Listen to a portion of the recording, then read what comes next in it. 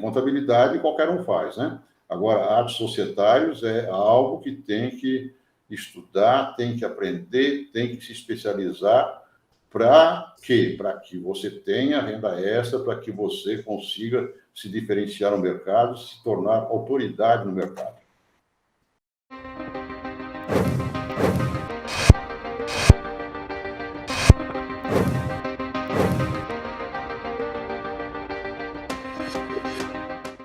Olá, contadores e contadoras. Meu nome é Bruno Braga e eu estou aqui mais um dia com meus amigos contadores Irapuã Negreiros e Breno Negreiros para um Atos Societários na Prática. É um conteúdo onde a gente fala sobre a vivência em atos societários e sempre tem alguma coisa para ensinar para vocês. Olá, Breno. Olá, Irapuã. Como é que vocês estão, meus amigos? Bom dia, pessoal. Eu sou Breno Negreiros, atuando na área aí há 21 anos. A gente vai bater um papo hoje aí com o Bruno e com meu pai. Vamos lá, pai. Olá, pessoal. Muito prazer em falar com vocês novamente. E eu sou Irapuã Negreiros, contador, empresário contábil, com 50 anos de atividades. E hoje nós vamos falar, desculpem, vamos falar para você, colega, que está iniciando o seu escritório de contabilidade, que já tem um escritório de contabilidade funcionando, ou mesmo que não tenha, mas esteja querendo montar o seu escritório. E vamos falar sobre esse assunto de atos societários, um determinado assunto de atos societários que é de muito interesse para você, que vai ser de muito interesse para você, porque atos societários, conforme já foi dito aqui, é um produto que te proporciona renda extra e proporciona a oportunidade de você se diferenciar no mercado contábil. Então, é muito importante. Você que acompanha os nossos vídeos está percebendo a importância que a gente dá aos atos societários, né? E isso é necessário porque, como eu costumo falar, aprendi isso quando jovem ainda, no início da minha carreira profissional, com meus patrões e meus sócios mais à frente, que sempre diziam que contabilidade qualquer um faz, né? Agora, atos societários é algo que tem que estudar, tem que aprender, tem que se especializar. Para quê? Para que você tenha renda extra, para que você consiga se diferenciar no mercado, se tornar autoridade no mercado. Eu estava dando uma olhada aqui no roteiro da aula de hoje e, pelo que eu estou vendo, é uma baita aula, né, Irapuã? Exatamente. Quem ficar com a gente até o final aí vai aprender como criar uma empresa, integralizar 1 milhão de capital com 4 imóveis no valor de R$250 mil cada um, não é isso? Exatamente. Beleza. Exatamente. É a formação, né? A formação de uma empresa cujo capital será integralizado, parte com bens imóveis e vamos botar aí parte em dinheiro. Então, essa história essa possibilidade, né, de formar uma empresa cujo capital será integralizado com bens móveis ou imóveis, isso é algo que a gente já faz há bastante tempo, e isso me lembra uma passagem minha, no início da minha carreira profissional. Eu estava iniciando a minha carreira solo como dono do escritório no Rio de Janeiro, e apareceu uma demanda muito interessante. Um indivíduo, um empresário, que tinha um patrimônio bastante volumoso, né? Não em quantidade de imóveis, mas em valor. Ele tinha 4 imóveis muito valorizados, né? No Rio de Janeiro, 2 imóveis comerciais, 2 lojas comerciais na Avenida Nossa Senhora de Copacabana, uma cobertura na Urca de 600 metros quadrados e uma mansão em Angra dos Reis. E ele conversando comigo, ele era meu cliente, com uma atividade diferente lá, e ele conversando comigo, uma conversa informal, ele comentou que um advogado havia comentado com ele a possibilidade de ele levar esses imóveis dele todos para uma empresa para proteger os imóveis e até para questões sucessórias, uma vez que ele tinha 3 filhos menores, etc, etc. Veja, nós estávamos numa conversa informal e ele aventou essa possibilidade, comentou que um advogado comentou com ele. E eu captei isso aí, eu achei isso aí uma ideia muito interessante e fui estudar esse assunto. Fui estudar incorporação de bens imóveis ao capital de uma empresa. Na verdade, ali naquele caso ali específico, nesse caso específico, já estava se falando de uma holding familiar, algo que é muito usado hoje em dia, né? E eu fui estudei o assunto com afinco, com bastante interesse, aprendi como é que funciona todo o processo. Me lembro que até fui consultar um advogado, amigo meu, que já tinha muitos anos de profissão, e ele falou, olha, pô, isso aí é muito técnico, viu? Toma cuidado e tal. Mas eu fui em frente.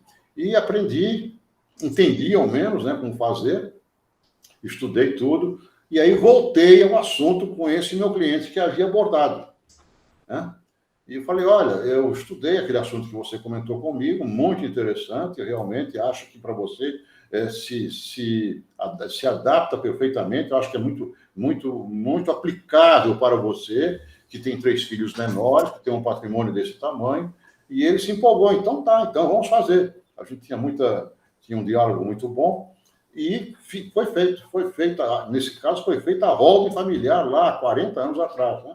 Foi feita a holding familiar para ele, deu tudo certo. Depois, inclusive, isso veio a ter uma influência muito grande anos à frente, porque ele sofreu, ele era dirigente de uma instituição financeira. Essa instituição financeira, houve intervenção do Banco Central e no andar do processo foi muito interessante ele já ter essa holding com os imóveis dele lá dentro da empresa, e os donos da empresa já eram os filhos dele, que nós fizemos a doação das ações. Então, você veja que ele comentou comigo uma possibilidade, um assunto que um advogado comentou com ele, eu captei. Quer dizer, é aquilo que eu falo, não é, Bruno e Breno? É a gente ficar antenado para as demandas que possam vir a surgir. Não é deixar surgir, daí na correria vai querer estudar. Já fica em desvantagem, né? Já fica em desvantagem. O importante é a gente estar atento às demandas do nosso cliente, qual é a atividade dele, o que pode importar aí, o que pode acontecer, ficar atento e estar preparado. Então, para quando o cliente trouxer a demanda, ou mesmo que ele não traga, se ele tiver um problema em que a gente possa receitar aquele remédio, aquele ato societário para o problema dele, melhor ainda. Então, é a questão de ficar antenado, ficar atento às demandas do cliente.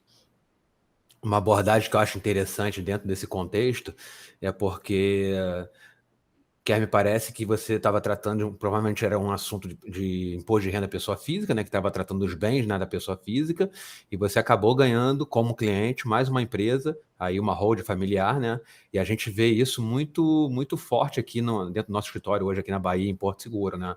Então a gente tem, por exemplo, alguns clientes, por exemplo, que trabalham no ramo de hotelaria, né? Mas tem um patrimônio grande na pessoa física e acaba optando por montar mais uma empresa, por fazer contextualizar isso daí que Irapuã está falando, né? Trazer isso daí, né, para a prática, e acaba ganhando mais um cliente a mais, né? Mais uma pessoa jurídica na sua carteira de cliente, né? Que vai contribuir aí com os honorários, né? E toda a demanda que cabe para uma empresa dentro de um escritório de contabilidade. Então... Exatamente. Inclusive, nesse caso específico aí que eu contei, eu fiz a empresa, funcionou tudo direitinho, e veja como é que é a questão do boca a boca, né, da indicação. Esse cliente para qual eu fiz esse trabalho, depois lá nas rodas dele, no ambiente social dele, deve ter comentado com os amigos dele, com os pares dele, e logo em seguida, apareceu uma nova demanda de um cliente que eu nem conhecia, nem era meu cliente. Apareceram no escritório, eu estou com um problema assim, eu tenho um patrimônio de imóveis muito grande e estou preocupado porque ele já estava com idade avançada, já tinha doenças, estou preocupado, estou com idade avançada, como é que vai ser essa questão aí e tal. Quer dizer, já houve uma indicação e já veio um segundo cliente para fazer isso. Então, você vai criando autoridade. Você veja que tudo isso aconteceu, 2 empresas, por simplesmente eu ter captado a demanda que poderia existir. E partindo do ponto de vista do faturamento, lógico que você tinha a opção. Ele comentou com você, né? Você teria a opção de simplesmente ignorar o que ele falou. Ele falou contigo que ele estava pensando em fazer isso. Você poderia ter ignorado, não buscar o conhecimento e deixado para lá.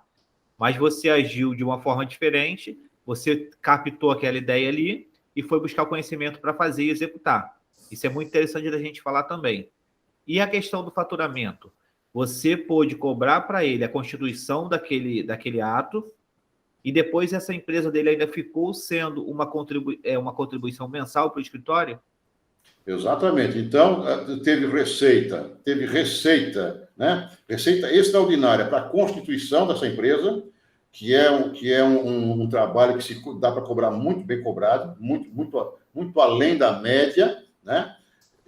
E, além disso, tem a receita de honorário que vamos cuidar dessa empresa, né? Então, vai ter a receita de honorário mensal. E veja, logo em seguida, já apareceu um novo cliente indicado por ele.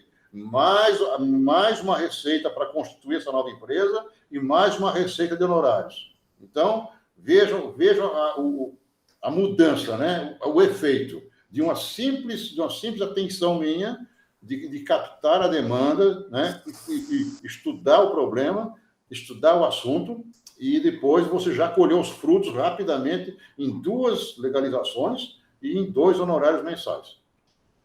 O que fica para mim como uma grande lição do que não fazer, do que você nunca deve fazer, é nunca ignorar o que o teu cliente fala.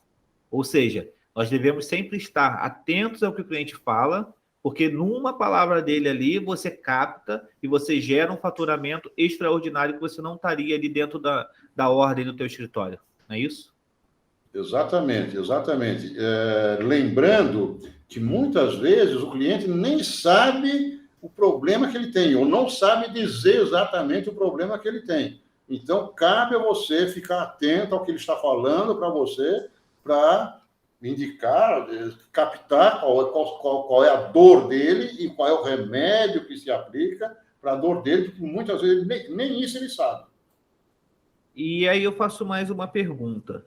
Alguns contadores, quando eles já começam a ter um pouco mais de relevância, se torna menos acessível nos seus escritórios. Ele não está em contato sempre com o cliente e ele deixa, às vezes, algum funcionário em contato com o cliente. E ele não conversa sempre com o cliente. Nesse caso seu, Irapuan, se você não tivesse tido esse contato direto, você não teria conseguido pescar essa ideia. Como é que a gente faz? Se você começa a ganhar um pouco de escala, você não pode estar em todos os lugares ao mesmo tempo. A gente consegue conversar com você que já tem 2, 3 funcionários do teu escritório, e o teu escritório lida ali com os teus funcionários já lidam diretamente com o cliente. Você consegue orientar o teu funcionário para pescar essas ideias? Ou você tem que estar em contato também com o cliente? O que você daria de dica para a gente? Olha, essa pergunta é muito pertinente, né? Muito interessante. Quando você perguntou aí, quando começa a ganhar escala, quando a tua carteira de clientes começa a ficar maior, começa a crescer, você já não tem tanto tempo. Então, primeira coisa, o contador é saber priorizar o seu tempo. E atos societários é um assunto que o dono do escritório que tem que tratar. Hoje, nós temos uma empresa grande, né? O qual já foi falado aqui, uma empresa com uma carteira de 300 clientes, uma equipe de 40 e poucos funcionários. Temos já um departamento de legalização próprio, né? Separado. E muita coisa já vai direto, o cliente já sabe quando precisa abrir uma filial, quando precisa aumentar o capital. essas coisas mais corriqueiras, o nosso cliente já sabe que vai direto ao departamento de legalizações. Mas qualquer coisinha, qualquer assunto é um pouco mais importante, fora daquilo que pode dizer de normalidade, do corriqueiro, ele já vem para a gente, a demanda já vem para a gente, e se o cliente for procurar o nosso colaborador lá do departamento de legalização, o nosso colaborador remete para a gente. Entendeu? Olha a importância disso, né? Porque tem determinados assuntos, aquilo que eu falei, quando sai do corriqueiro, quando sai da rotina, um pouquinho mais importante, ele já vem para a gente fazer a condução correta do assunto. Eu complementaria a fala de Irapuã aí, porque aqui hoje na prática aqui, naturalmente Irapuã não tá tão envolvido diretamente com as questões aqui operacionais dentro do escritório, mas duas coisas que passam necessariamente pela mão dele é o fechamento dos balanços, né, que a gente tem que fazer anualmente ali, e os acompanhamentos que a gente faz ali periodicamente, bem como também as declarações de imposto de renda. Então, o contador, com essa visão macro aí, né, que a gente está tratando aqui de atos societários, quando ele olha ali um balanço ou um balanceiro que chega na mão dele ali, ele já tem também essa visão, a mesma coisa no imposto de renda pessoa física, né, da pessoa estar fazendo imposto de renda pessoa física e ter essa visão ali de, né, esse feeling, né, desse olhar mais macro para poder ver e trazer determinadas soluções para o cliente. Às vezes o cliente também nem sabe que tem um problema ali que pode ser solucionado de uma outra forma envolvendo os atos societários, né? Então, mesmo que o teu escritório já comece a ter um pouquinho mais de escala, você já precisa contratar, você nunca pode deixar 100% mesmo que eles façam, né, lógico, o serviço ali do dia a dia, você tem que estar sempre na visão macro, né, Breno? Exatamente. Né? Principalmente com esses dois temas aí, fechamento de balanço e a parte do imposto de renda pessoa física. Eu acho que isso aí, essas duas demandas ali dentro do escritório de contabilidade remete muitos assuntos que envolvem os atos societários que tem a possibilidade da gente colocar em prática tudo isso que a gente está tratando aqui. E é muito bom ouvir vocês falando isso, porque realmente só quem tem experiência de mercado, quem tem experiência da lida do dia a dia, para poder dar esse tipo de dica, né, para quem está começando, ou para quem já está aí com o teu escritório formado, mas que está buscando escala, né? Então é muito importante a gente ter esse tipo de feedback de vocês. E aí eu lhe pergunto, Irapuã, na prática, como é que a gente monta essa hold, como é que a gente integraliza aí uma empresa com esse tipo de imóvel, ou seja com imóvel, seja com uma parte com patrimônio? Você citou aí no início, né, o case de hoje, que seria a constituição de uma empresa. Eu vou colocar mais abrangente o case.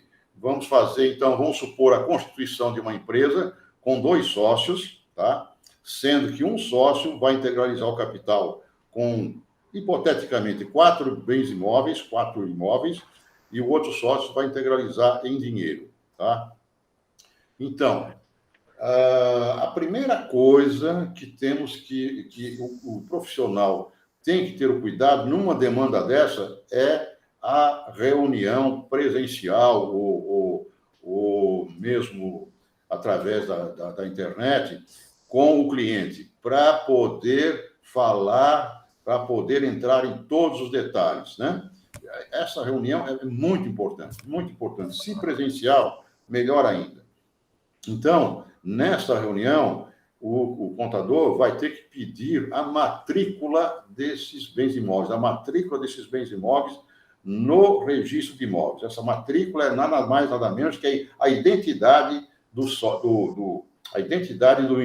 imóvel. Porque essa matrícula, o registro de imóveis vai atestar de quem é esse imóvel, as confrontações dele, todas as características, né? E principalmente porque, às vezes, você tem um imóvel que não está registrado no registro de imóvel, então o imóvel não é teu, tá? Então, é muito importante. A primeira coisa, o primeiro cuidado é buscar a matrícula dos imóveis que vão ser incorporados ao capital social. Então, nesse caso específico aqui, eu coloquei assim, um capital de 1.200.000, sendo que o sócio A, o sócio João, vai integralizar 900.000 em imóveis e o sócio B vai integralizar a sua parte em dinheiro, tá? Então, como eu falei, a primeira coisa, a matrícula dos imóveis, porque ela vai dar a situação real do imóvel naquele momento em que o proprietário ele vai fazer uma alienação, ele vai transferir a propriedade do imóvel dele para a pessoa jurídica que ele está constituindo. Isso é uma transferência de propriedade. Muito bem. Aí, outro detalhe importante é verificar com esse indivíduo, que é o proprietário do imóvel, que consta lá no registro de imóveis que ele é o proprietário desse imóvel, qual é o estado civil dele. Se ele for solteiro, sem nenhum problema, ele vai incorporar o imóvel capital sem nenhum problema, sem nenhuma exigência maior. Se ele for casado, seja qual for o regime de casamento dele, a esposa dele vai ter que dar anuência desse ato, vai ter que dar anuência desse ato que ele está praticando no contrato social. Ela vai ter que assinar como anuente no contrato social. Porque se não fizer isso, no momento em que for se fazer a transcrição desses bens da pessoa física dele para a empresa, vai cair em exigência. Então, basicamente, o cuidado inicial é essa questão da matrícula dos bens imóveis para verificar se os bens estão realmente em nome do subscritor, certo? E o cuidado também no momento de montar o contrato social de especificar cada um desses imóveis exatamente como está na certidão de óbitos, para que não haja problema na junta comercial. Basicamente, são esses os cuidados que o contador tem que ter numa demanda dessa natureza. Lembrando aí que essa alteração contratual, ela foge um pouco daquelas convencionais, né, que a gente costuma fazer mais envolvendo ali junta comercial, Receita Federal e Secretaria da Fazenda. Ele já envolve trâmite junto à prefeitura e cartório registro de imóveis, como o Irapuã colocou, né? Então, em função disso, até dá para poder trabalhar com preço diferenciado quando estiver executando essa demanda também, né? Aí, Breno, nesse caso não se fala de alteração contratual, porque estamos falando da Constituição. Né? Então, é o contrato social. Lembrando o seguinte, que você preparou o contrato social, descreveu todos os bens imóveis que estão sendo incorporados ao capital social lá no contrato social, e esse contrato social vai à junta comercial, é registrado na junta comercial, e com este contrato social registrado na junta comercial, é o documento hábil para o contador ir ao registro de imóveis e fazer a verbação desse contrato social no registro de imóveis. Vai fazer a verbação. Para dizer o quê? Para dizer que o imóvel não é mais do seu João da Silva, e sim é da empresa João da Silva e Companhia Limitada, hipoteticamente. Então, é muito importante. É muito comum o profissional esquecer de fazer essa averbação no registro de imóveis, que ela é estritamente necessária. Não pode deixar de ser feita, porque se você não faz isso, você não conclui a condição. A gente já pegou, inclusive, a gente já pegou alguns casos aqui que a gente recebeu clientes de outros escritórios que tinha esse tipo de situação, né? E a gente teve que depois vir a executar esse registro lá no cartório de registro de imóveis posteriormente, né? Porque o imóvel ainda constava no nome da pessoa física. Exatamente. Quer dizer, se não fizer essa averbação, o nome correto é averbação. Se não fizer essa averbação, o serviço não fica completo e vai ter problema lá na frente, e você vai ter o constrangimento que vai, quando a empresa precisar dispor desse imóvel para alguma coisa, vai aparecer o problema e vai ficar evidente a falha cometida pelo colega de não fazer essa averbação. Acho que é bacana também ser comentado que a gente está se prendendo à questão do imóvel, né? Mas também a integralização, né, em moeda corrente do país também segue seus critérios específicos, onde deve ser citado a forma de transferência dentro do ato, né? Transferir o dinheiro para a empresa, né? Muitas vezes a gente vê uma empresa sendo constituída com capital, um valor X, e o pessoal não deposita o dinheiro na conta da empresa, faz através da conta pessoa física. Então tem todas essas nuances também que vale a pena ser comentado, né? Também é uma questão muito pertinente que o Breno está trazendo aí. Nesse nosso exemplo aqui, eu falei que o sócio que vai integralizar em dinheiro, a parte dele, a cota dele é R$300 mil.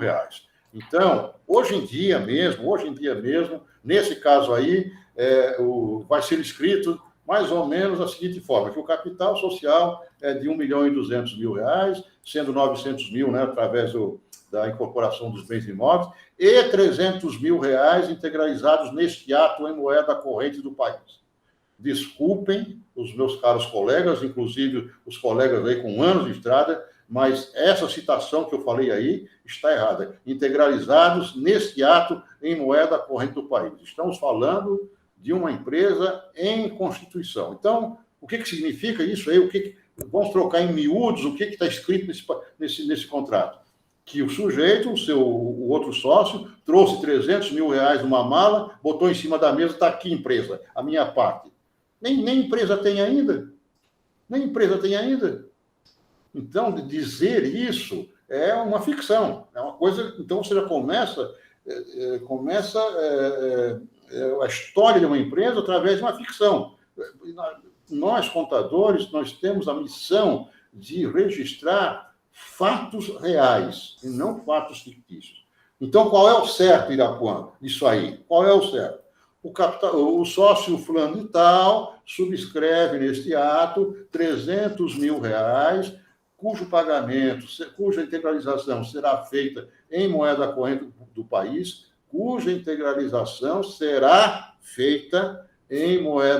do país, através de transferência bancária, tão logo a empresa tenha a sua conta bancária, algo parecido. Quer dizer, vai deixar bem claro que o capital do sócio fulano e tal vai ser integralizado no momento em que a empresa tiver a conta bancária.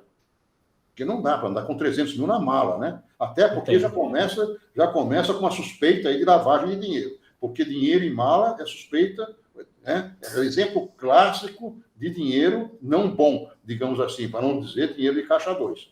Uhum. E aí, voltando um pouquinho, eu faço uma pergunta para Irapuã.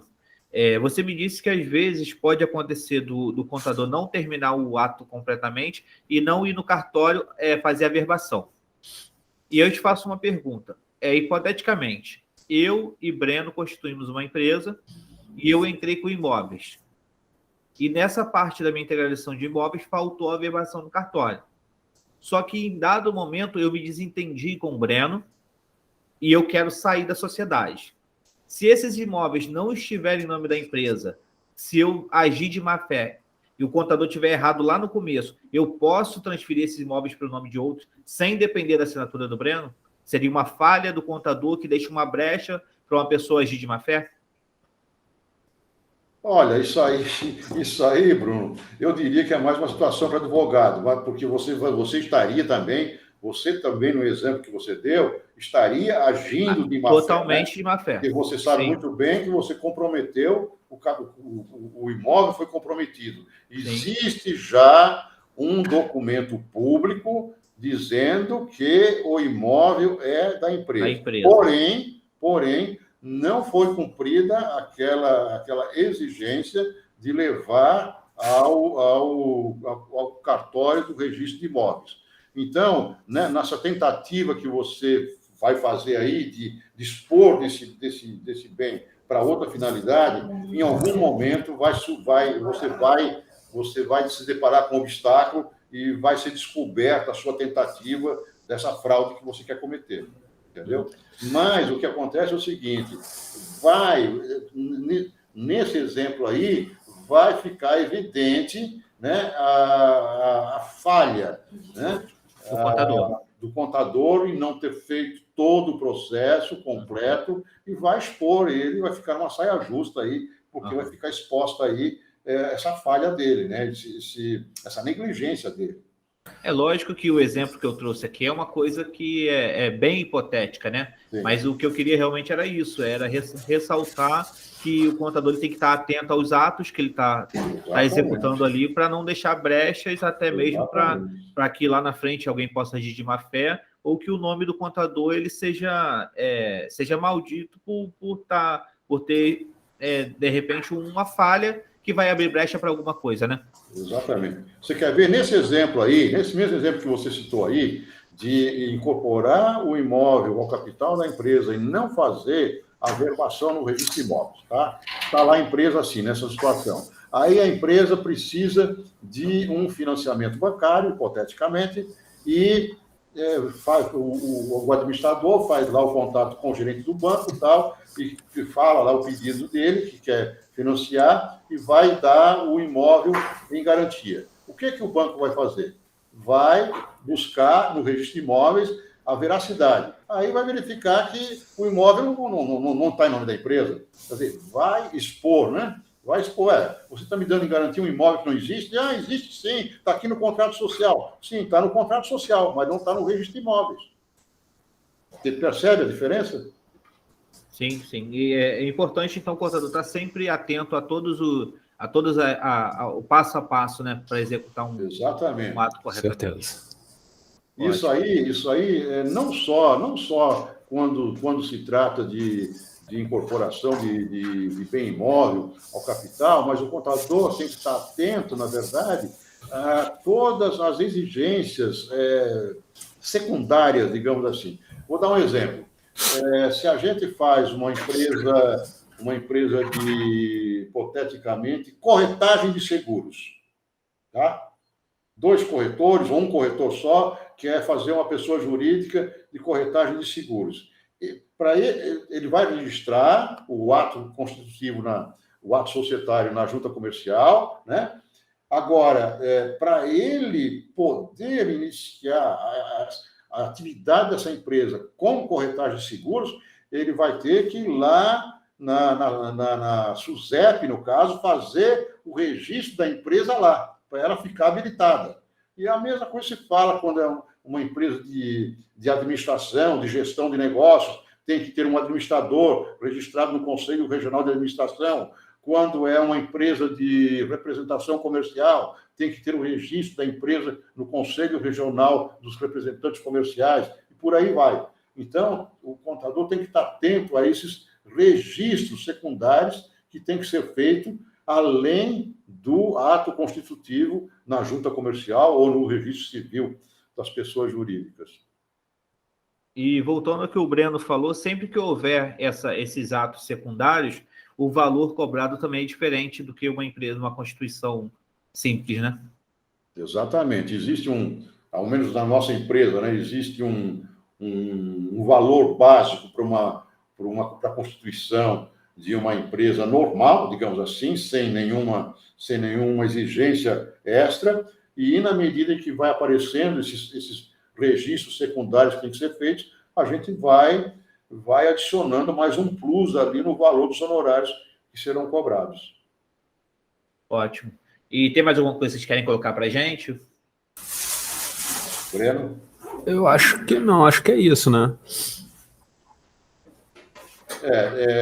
Eu quero ressaltar que esse case que eu coloquei hoje aqui, ele foi colocado porque eu quero fazer um desdobramento dele. Então, eu já vou anunciar qual será o nosso próximo assunto, né, técnico. Acontece, isso já aconteceu, então vou dar esse exemplo que já aconteceu na minha vida profissional. Então, no nosso exemplo aqui, a gente trouxe um sócio que vai incorporar 4 imóveis ao capital social. Registrou o contrato social na junta comercial, está tudo direitinho, sem nenhum problema.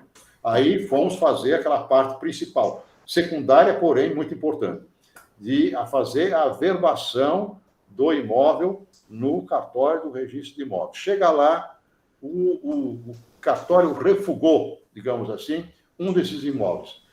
Tem algum problema técnico lá que um desses imóveis, um imóvel menor, hipoteticamente, não pode ser averbado. Ele não comprova, tem alguma pendência e ele não comprova. O cartório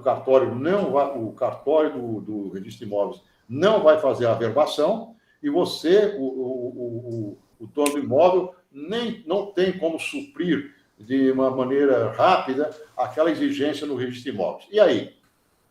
Então, temos aí um problema. Eu subscrevi, hipoteticamente, R$900 mil com 4 imóveis. Um imóvel de 50 mil eu não consegui fazer a averbação. Então, eu não integralizei 900, integralizei só 850. Tem 50 mil aí que está sem solução. Esse caso específico, de como resolver esse caso, nós vamos falar no próximo vídeo. É isso aí. Então, quem ficar de olho aí nos conteúdos vai saber aí no próximo vídeo como é que a gente faz isso, né? Perfeitamente. Beleza. Para quem surgiu aí alguma dúvida, pode estar sempre enviando direct aí para a gente, que Breno e Irapuã vão estar sempre dispostos a atender, responder. Podem enviar uma mensagem lá ou comentar aqui no vídeo, que vocês estão sempre dispostos aí a ajudar, né, gente? Com certeza. Valeu, muito obrigado a todos e estaremos aqui brevemente com outros assuntos interessantes para os contadores. Um abraço. Um abraço, obrigado, pessoal, pela presença. Tchau, tchau.